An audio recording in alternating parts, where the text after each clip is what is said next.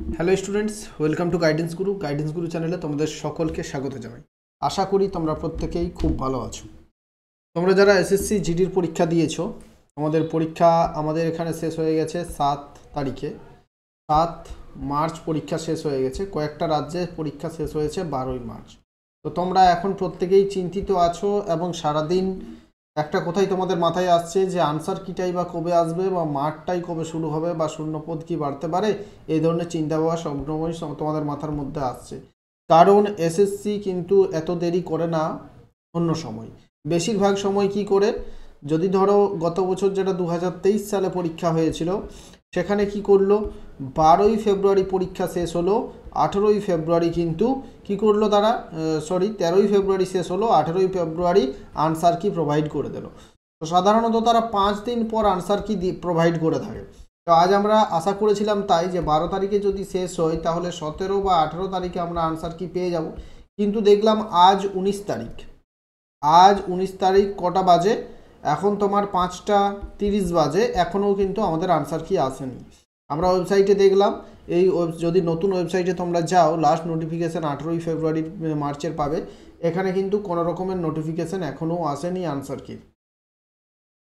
তো ধরে নেওয়া যাচ্ছে, বা যদি আসে, আজকাল যদি আসে সেটা আমরা এখন দেখছি না, আমরা এখন দেখছি যে আজকেও আসেনি, সেই জন্য ভিডিওটা এটা করছি।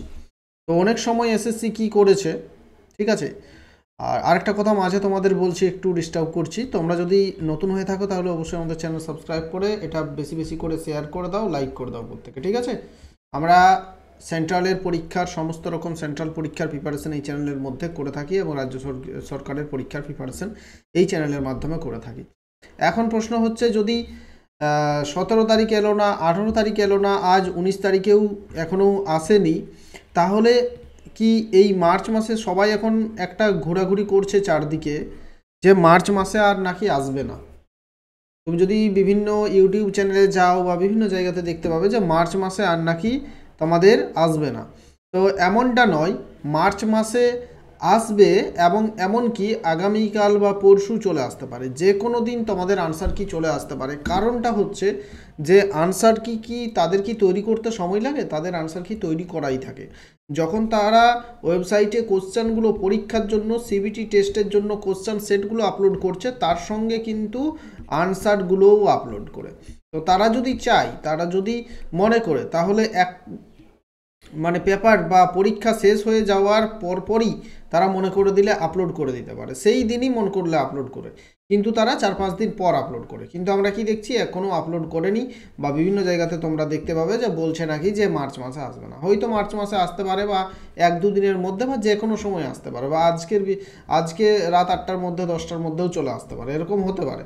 তো দেখো, আর যদি দেরি না আসে মার্চ মাসে, তার একটাই কারণ হচ্ছে মার্চ মাসে না আসার, যে তারা কিন্তু চাইবে যে কাট অফটা কম করার। এবারে কি হয়েছে দেখো, এবারে যেটা হয়েছে তোমাদের, যে তোমাদের কিন্তু ভ্যাকেন্সি কম আছে। ভ্যাকেন্সি কত আছে? প্রায় 26,000-এর মতো ভ্যাকেন্সি আছে, ঠিক আছে।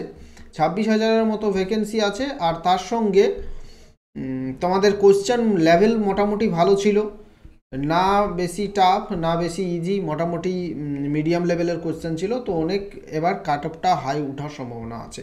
এখন যদি তাড়াতাড়ির মধ্যে আনসার কি প্রকাশ করে দেই, তাহলে তোমরা কিন্তু ফিজিক্যালের জন্য অনেকটা সময় পেয়ে যাবে, ঠিক আছে।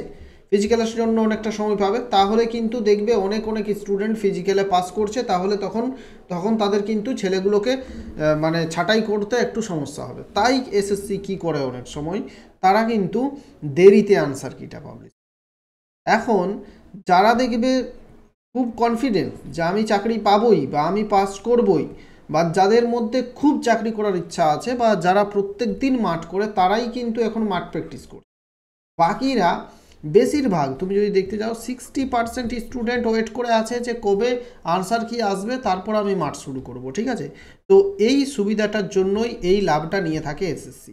তারা কি বলছে, যদি এখন আমরা আনসার কি প্রকাশ করি, বা তাহলে মাঠের জন্য সবাই সময় পেয়ে যাবে। আর যদি কয়েকদিন পর প্রকাশ করে, বা এপ্রিল মাসে যদি আনসার কি প্রকাশ করে থাকে, তাহলে কয়েকদিনের পরেই, 15-20 দিন পর, ঠিক আছে, যদি অ্যাডমিট চলে আসে, বা 22 দিন পর যদি তোমাদের মাঠ শুরু হয়, মাঠ শুরু হয় তাহলে কিন্তু অনেকেই মাঠে পাস করতে পারবে না, তাহলে ইজিলি সবাইকে ছাঁটাই করা যাবে। আর এখনই যদি চলে আসে তো সবাই 2 মাস ধরে মাঠ প্র্যাকটিস করে সবাই সহজেই পাস করতে পারবে, তাহলে কাট অফটা নিচে নামবে না। তাই তারা কি করতে পারে, অনেক সময় কি করে যে দেরিতে আনসার কিটা পাবলিশ করে। তাই তোমরা কি করবে, তোমরা কিন্তু যারা কনফিডেন্স আছে, যাদের মধ্যে চাকরি করার ইচ্ছা আছে, প্রবল কনফিডেন্স আছে আর প্রবল ইচ্ছাটাও আছে যে হ্যাঁ আমি এবারে পাবোই, তারা কিন্তু মাঠটা ছাড়ো না, তোমরা মাঠ প্র্যাকটিস করতেই থাকো, ফিজিক্যাল কিন্তু প্র্যাকটিস করতেই থাকো, প্রত্যেক দিন মাঠে যাও, মাঠ করতে থাকো, ঠিক আছে। যে কোনো সময় আনসার কি চলে আসতে পারে। আর তোমাদের এমন নয় যে ইলেকশন আছে মে মাসে, এটাও মাথায় তোমাদের ঘুরতে পারে, মে মাসে তো ইলেকশন হবে, মে জুন মাসে, তো তখন তাহলে মাঠ হবে কি করে। ইলেকশন থাকলেও মাঠ হবে, এমন নয় যে অতীতে কোনো দিন হয়নি, অতীতে এমনটাও হয়েছে যে ইলেকশন একদিকে হয়েছে, মাঠ আর একদিকে হয়েছে, ঠিক আছে। ইলেকশন থাকলেও মাঠ হতে পারে, কারণ ফোর্সের তোমাকে মাঠ করানোর জন্য ফোর্সের বেশি প্রয়োজন হয় না, ওই রকম 20-50টা ফোর্স সরকারের কাছে সবসময় এনাফ থাকে বোর্ডের কাছে, ঠিক আছে। তাই তোমরা মাঠটা প্র্যাকটিস করতে থাকো প্রত্যেকে। আর ঠিক আছে, এটাই বলার ছিল।